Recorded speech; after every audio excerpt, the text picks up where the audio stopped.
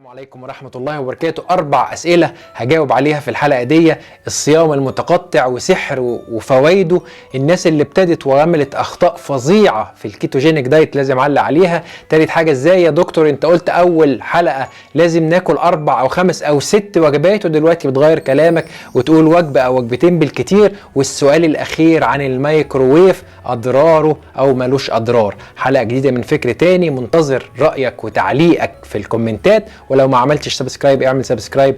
يلا بينا نبتدي الحلقة، يلا بينا.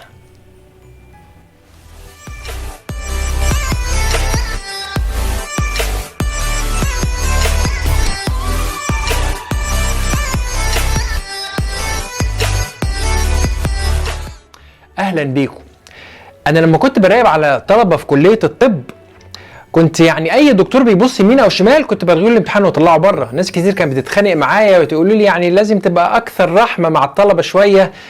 ما ينفعش ابقى رحيم مع طالب في هندسه او في طب او مهما كان الكليه مهمه، لانه لما بيغش في الامتحان ده هيغش في الماجستير وهيغش مع العيانين.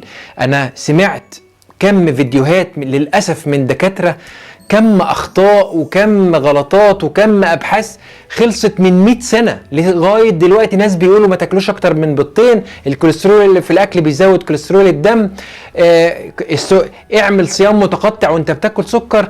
يعني مش عارف، لو سمحتوا دوروا على مصدر كويس موثوق منه، ما تديش ودانكوا لاي حد. ادخل في موضوع الحلقه. الناس اللي ابتدت الكيتوجينيك دايت، انا قلت وصممت ان انا اوصل رساله المره اللي فاتت ان انا اقول مع اني اكل صحي، لما كنت بتكلم على الكيتو فلو، مع ان انا اكل صحي يعني ما باكلش سكريات. ما ينفعش حضرتك بتاكل سكريات وجسمك عايش على شوكولاتات وشيبسي وبيبسي وسندوتشات وعيش، وتيجي تقول لي انا ابتديت كيتوجينيك دايت من غير ما اعرف الريسبونس بتاعك. يا دكتور تعبت، يا دكتور وقعت، يا دكتور مصدع، يا دكتور عايز ارجع، يا دكتور نايم طول اليوم، يا دكتور بطني قلبي بيرفرف و طبيعي. انتوا ليه مش مقتنعين بسحر التدرج؟ في حد يجي من اقصى اليمين لاقصى الشمال؟ ما ينفعش. في سنة يا جماعة اسمها سنة التدرج.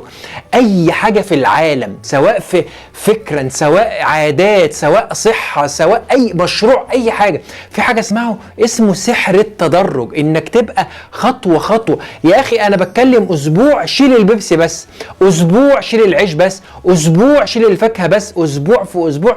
وبعد كده لما جسمك تحس ان السكر مش معتمد على السكر قوي، نبتدي بقى تحول وتدخل الكيتوجينيك خفيف. انا قلت لكم اسوأ ايام حياتي الكيتو فلو اللي انا عديته وانا ما باكلش سكر. فما بال ان واحده بتقول لي او واحد بيقول لي تعبت جدا، فقلت له لا، اقطع الكيتو، ارجع للسكر. السكر ادمان، اسحبه واحده واحده من الدم وبعد كده تبتدي تحول الكيتوجينيك. ما ينفعش تدخل كيتوجينيك دايت وانت جسمك معتمد تماما على السكريات. صحيح احنا بنستبدل وقود السكر بوقود الدهون او الاحماض الامينيه، بس لازم السكر ما يبقاش معتمد عليه اعتماد كلي، اللي ما يبقاش مخك يعني مستني كل 3-4 ساعات عايز ياكل عشان مستني السكر وانت تقوم قاطعه وبتديله دهون.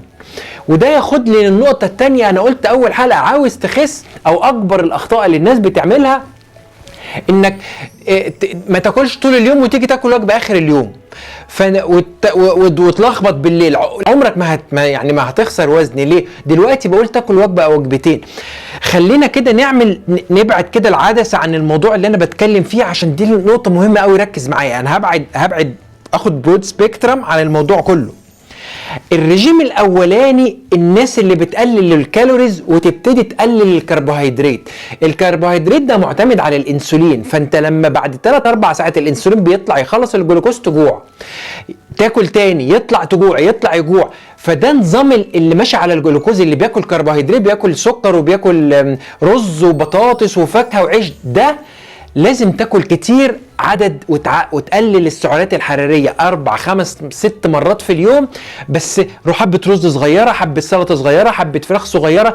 ده عشان ده نظام سكري. ما ينفعش تقعد له 12 ساعه من غير اكل، جسمك هينتقم. هتاكل بالليل بقى كل اللي في الثلاجه. فلو انت مش كيتوجينيك لازم تقسم وجباتك على اليوم كله، بس ده ما بيجيبش تاثير. ده انت لما تقلل الكربوهيدرات زي ما قلنا الميه بتنزل لان كل جزء كربوهيدرات معاه 4 اجزاء ميه، فالميه بتنزل فبتخس الميه، انما مش هتوصل لمرحله الدهون.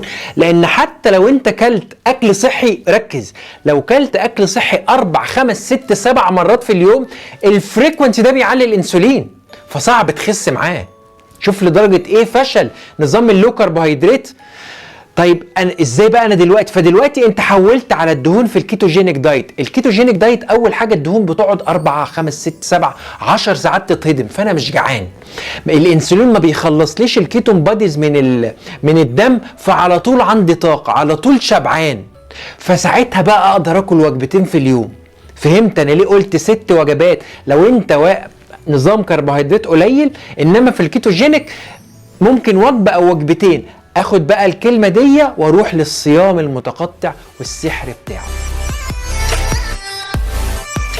فدلوقتي احنا عرفنا السكر ايه هو، حولنا من السكر على الكيتوجينيك، من الكيتوجينيك دلوقتي انا داخل على الصيام المتقطع.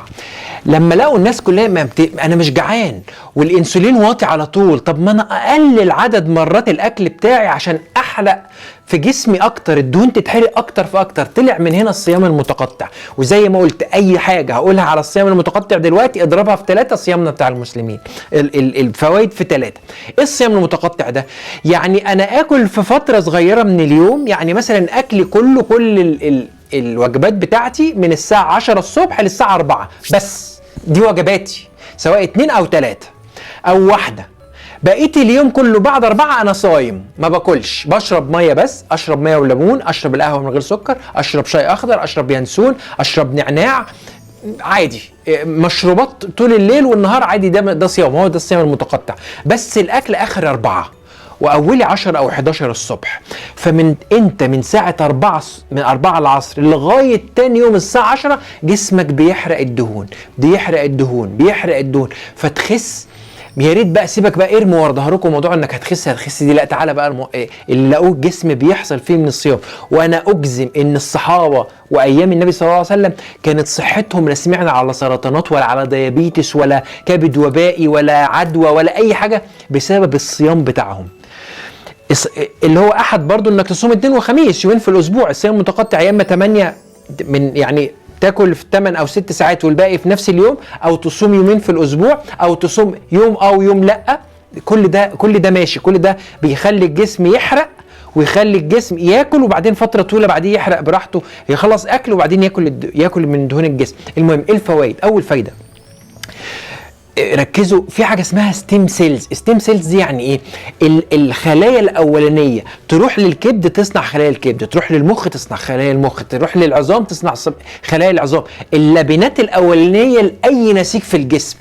الخلايا دي بتزيد لما الواحد يصوم، فيعني قطع غيار جسمك بتتجدد، بيطلع المصنع اضعاف طاقته، عشان اي خلايا ميته، اي خلايا ضعيفه، اي خلايا فيها عدوى او حاجه يجي لها خلايا جديده وتتجدد. تاني حاجه مهمه قوي حاجه اسمها الماكروفاج. يعني ايه؟ الجسم لما يقعد في حاله صيام مش لاقي اكل، طيب بيدور على الخلايا النص كم، الخلايا التعبانه، الخلايا اللي مش قايمه بوظيفتها، الخلايا اللي الالتهابات يعني خلت قوتها للنص، الخلايا اللي مش الايض بتاعها مش تمام، يقوم واكل الخلايا دي محولها لطاقه او يحولها لبروتين يبني بيها خلايا جديده، فجسمك بيجدد نفسه. الماكروفاج ده القدرة الجسم على تجديد الخلايا واكل الخلايا الضعيفة 300% وانت صايم. يعني جسمك 300 ضعف قدرته على تنظيف نفسه اثناء الصيام، سواء صيام المسلمين او الصيام بالمية اللي احنا قلنا عليه. الخطوة اللي بعد كده انتي ايجنج. يعني ايه انتي ايجنج؟ يعني ما تعجزش. لو انت مثلا علامات العجز هتبان عندك على 40-50، لا تبان 70-80-90. ليه؟ لان جسمك بعد كل وجبة في فترة طويلة قوي جهازك الهضمي مرتاح، الكبد عنده وقت يعمل ديتوكسيفيكيشن. الناس اللي بتقول يا دكتور عايزين ديتوكس، يا دكتور عايزين ديتوكس، طب ما تسيبك من الديتوكس وخلي ادي الفرصة لكبدك يعمل ديتوكس للجسم طبيعي، ما تشغلوش بأكل جديد، ما تشغلوش بحاجات جديدة، خليه بعد أكل 14 ساعة أو 16 ساعة صايم، جسمك بس بينظف نفسه، خلايا بتموت، الخلايا الوحشة، الكبد بينظف، الجهاز الهضمي بيرتاح، الميكروبيوم بتاخد وقتها، اللي هي الخلايا اللي عايشة في البكتيريات اللي عايشة في الجهاز الهضمي بتعرف يعني تاخد نفسها شوية. فكل ده الهرمونات بتتظبط لأن الانسولين واطي، وهتكلم على الهرمونات كمان شويه. فكل ده والخلايا طبعا الميته بتموت في الميكروفاج، الخلايا كويسه بس اللي بتفضل، فكل ده بيأخر عمليه العجز. يبقى جلدك كويس، نفسك كويس، عضلاتك كويسه، الشيب بتاع جسمك كويس، الرينكلز اللي هنا تقل خالص. ليه؟ لان جسمك حيويته بتزيد، بياكل خلايا سيئه وبيطلع خلايا جديده طول الوقت. يبقى الانتي ايجنج بيأخر موضوع العجز. اجي النقطه اللي بعدها الهرمونات. انسولينك على طول واطي، وال20 حلقه اللي فاتوا انا بتكلم الانسولين لما يعلى حصل ايه. اكيد انتوا شاطرين في الانسولين. اهم من الانسولين الجروث هرمون يزيد 2000%. الشباب اللي بيروحوا خايفين على عضلاتهم لما بتصوم، انت لما بتصوم جروث هرمون بيعلى 2000%. لا يمكن تفقد عضلات طول ما انت صايم، لا يمكن، مش هينفع. انت جسمك بيبني عضلات وانت صايم. تخيل معجزه الصيام بقى بتعمل ايه. فانت لما الجروث هرمون عالي قوي ولما الانسولين واطي قوي الكورتيزون بيقل. عشان كده في البوذيه او في الديانات الاخرى بيقولوا ده غذاء روح. هو مش غذاء روح، هو انت يعني بالنسبه لهم انت اوكي لو انت بتصوم صيام المسلمين انت علاقتك بربنا بتزيد، بس نفس الوقت انت ما عندكش جهازك مش شغال، جهازك الهضمي مش شغال، فكل اكثر الدم بيروح للعضل اهم عضوين المخ، فتركيزك احسن وبيور خالص وافكارك يعني ارقى واكثر ذكاء المخ، لان مفيش دم رايح للجهاز الهضمي كله رايح، او عضله القلب. فانت متخيل انت قد ايه في حاله هدوء، الكورتيزون واطي خالص، مفيش ستريس، بتقاوم اي ستريس وانت صايم. مش الناس بقى نرجع بقى لو احنا الناس اللي بتصوم وبتتعصب اكتر، ليه؟ لانه معتمد على السكر. فهمتوا بقى دلوقتي انا ليه زعلان من الدكاتره اللي بينصحوا الناس الصيام المتقطع، جمله الصيام المتقطع، بس ما فهمهمش ما ينفعش تعمل صيام متقطع مع الكربوهيدرات. فهمتوا بقى انا اتضايقت من كم الاخطاء اللي موجوده في النت ليه؟ ازاي يا دكتور تقول لواحد امشي صيام متقطع وانت مش مانع عنه الكربوهيدرات؟ طب انا دلوقتي هعمل صيام متقطع، هاكل بس ساعتين في اليوم من الساعه 2 للساعه 4، الاثنين ل4 دول هاكل حلويات وسكريات وبيبسي وشيبسي، الانسولين عالي لاعلى مدى، افل الحرق 3-4 ايام. والله مش لو صمت، لو عملت ايه؟ بدام الانسولين في السماء هيفضل لي عشان ينزل يرجع تاني بياخد له كذا ساعه. في اكلات فوق ال50 او ال60 مللي جرام سكر، تضرب لك حته بسبوسه ولا صينيه كنافه ولا صينيه تورته ولا تورتايه لوحدك، الانسولين ينزل بعد 2.5 3، واستحاله احنا عارفين طبعا لا يمكن تخس لو انت الانسولين عالي. فما تقوليش يا دكتور اعمل صيام متقطع وانت ما كلمتش العيان الاول انه يمنع الكربوهيدرات، يعلي الانسولين عشان الصيام يبان. فهمتوا؟ الصيام المتقطع مرتبط ارتباط وثيق جدا بالكيتوجينيك. ليه؟ عشان انسولين الكيتوجينيك دايما واطي، فمجرد ما قطعت اكل الحرق اشتغل.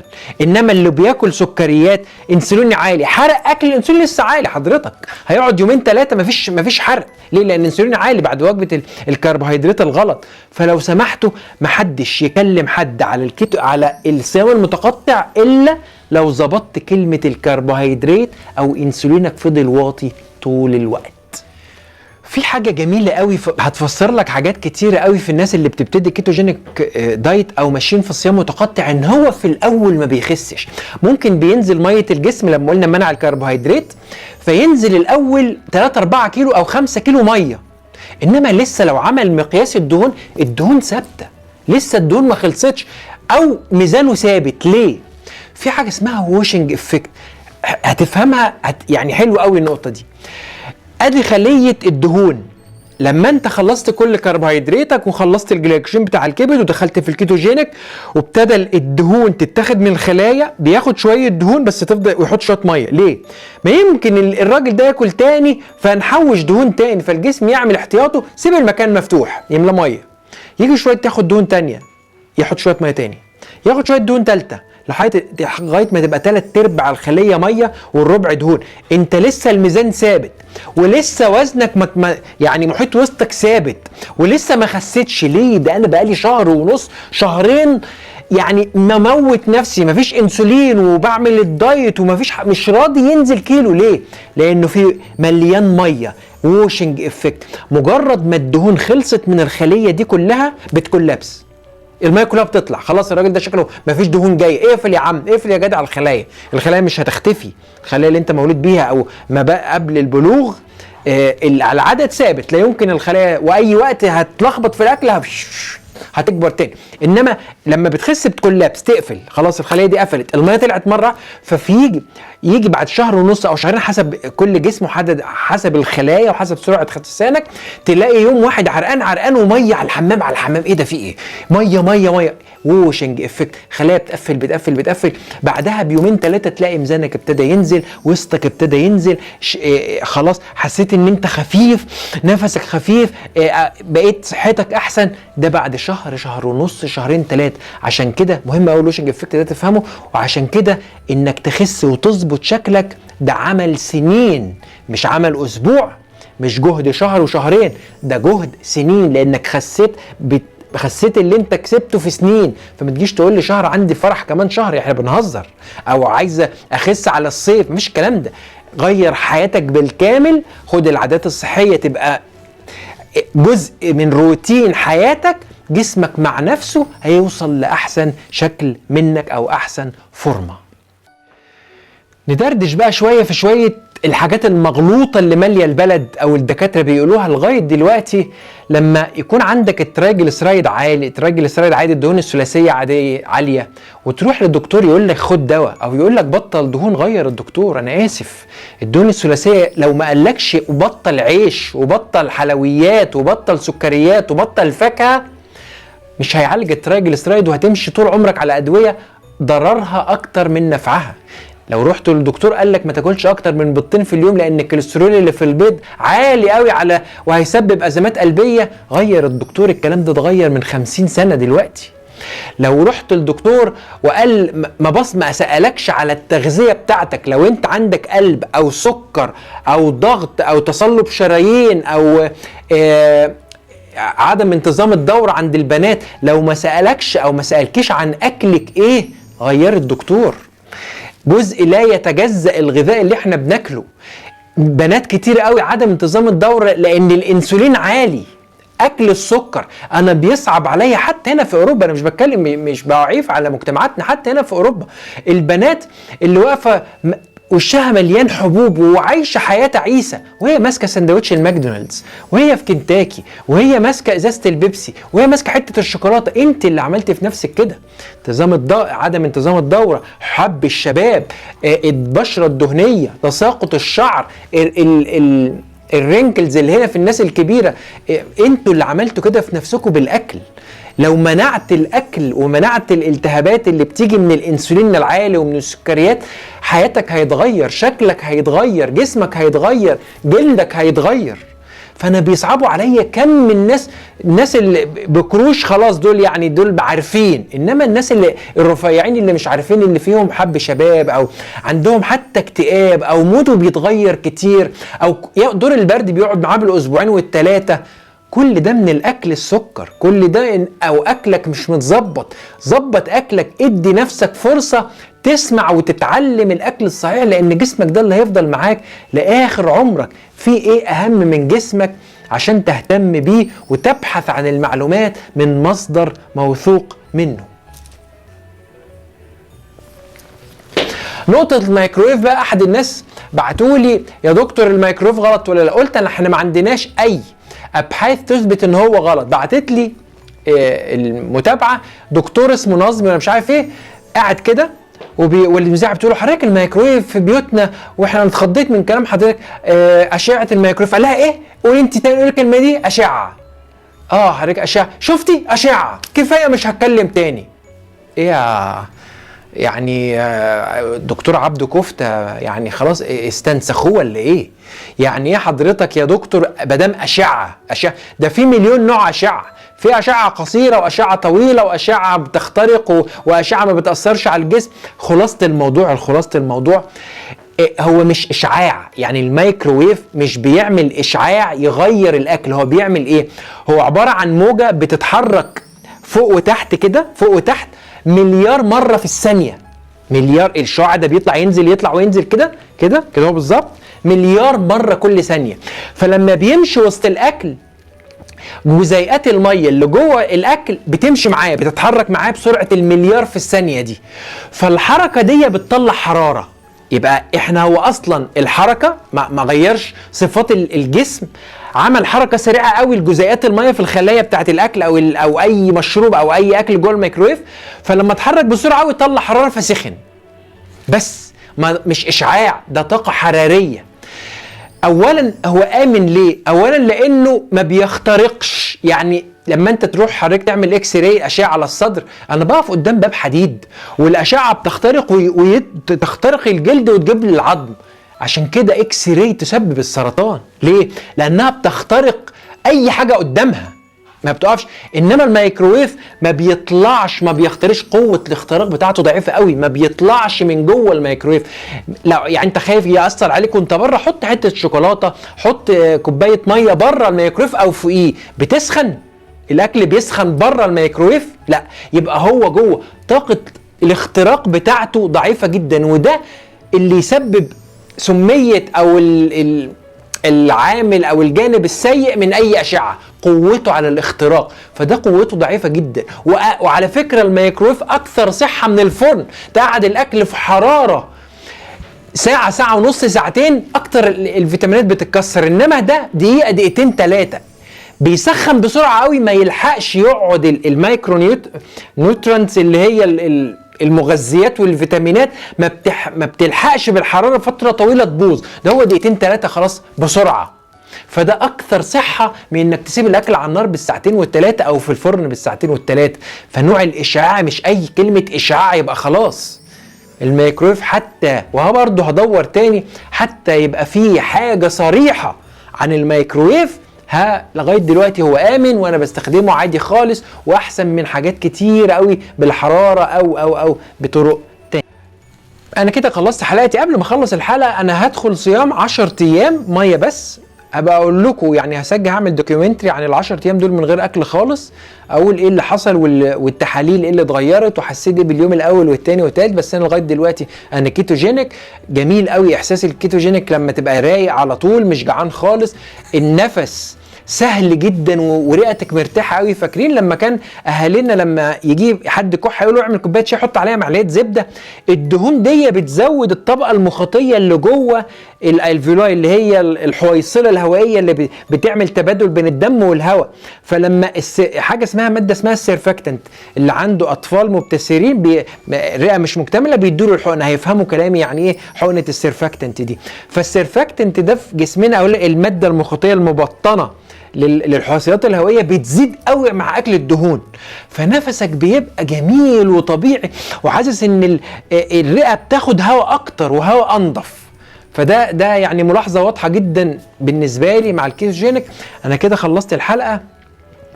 هتكلم المره الجايه عن يعني مرض السكر، لانه اتطلب مني كتير قوي، وان في ناس اتعالجت تايب 2 مش تايب 1.